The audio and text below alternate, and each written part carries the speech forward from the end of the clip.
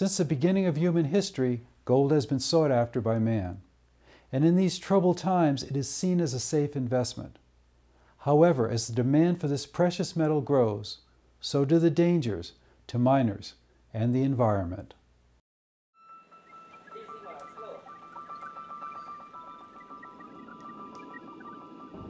Gold. This precious metal is in great demand as financial markets teeter. Here in the sizzling and sweltering heat of the rainforest, men in the Caribbean country of Guyana gamble everything searching for bits of gold. They are looking to share in the more than $200 million that Guyana took in as revenue from gold last year. But mining gold is tough work, bringing huge risks to miners and the environment. Charles Daniels started prospecting for gold when he was just a teenager. About 4 years ago, Charles noticed his hands began to tremble softly. He thought it was nothing, but over time, the shaking became worse. They advised me to go to Georgetown and see if they could find anything. I had to wait for 2 weeks. The diagnosis? Mercury poisoning. Charles blamed one thing for his illness.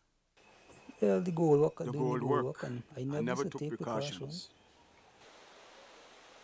Mercury is used to separate gold flakes from silt during the mining process. A fast and effective tool, if handled carelessly, it can be poisonous.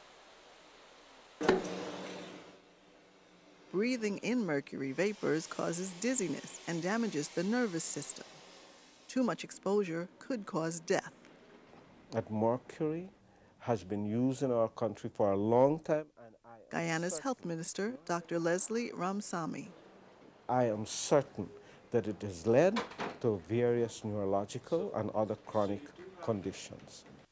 According to a UN report, an estimated 100 million people in developing countries may be facing health challenges from using mercury in mining operations.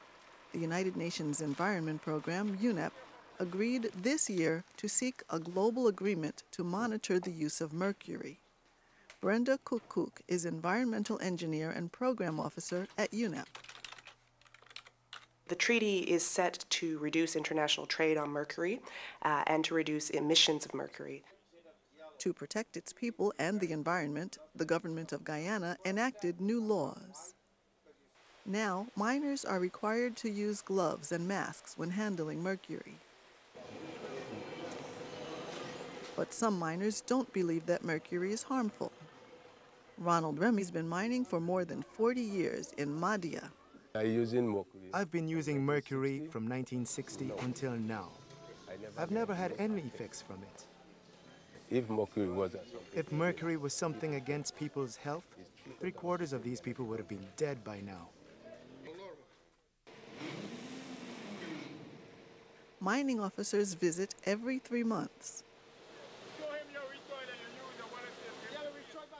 If caught committing violations, miners are slapped with steep fines. For years, miners in Guyana operated without any respect for human health or the environment, says Noel Ramkaran, general manager of Sahadio Mining Company. Well, before then, we normally used to put the gold just into the pans and burn it, and the mercury, and that is not healthy. That wasn't healthy at all, The open burning process allowed mercury vapors to travel for miles, polluting waterways and contaminating fish. But now that's changing.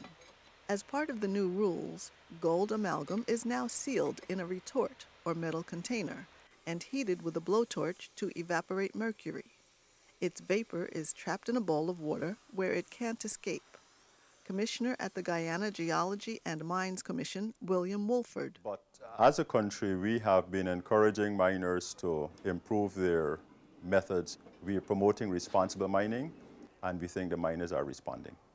Survival of the gold mining industry in Guyana is critical to its economy and long-term development.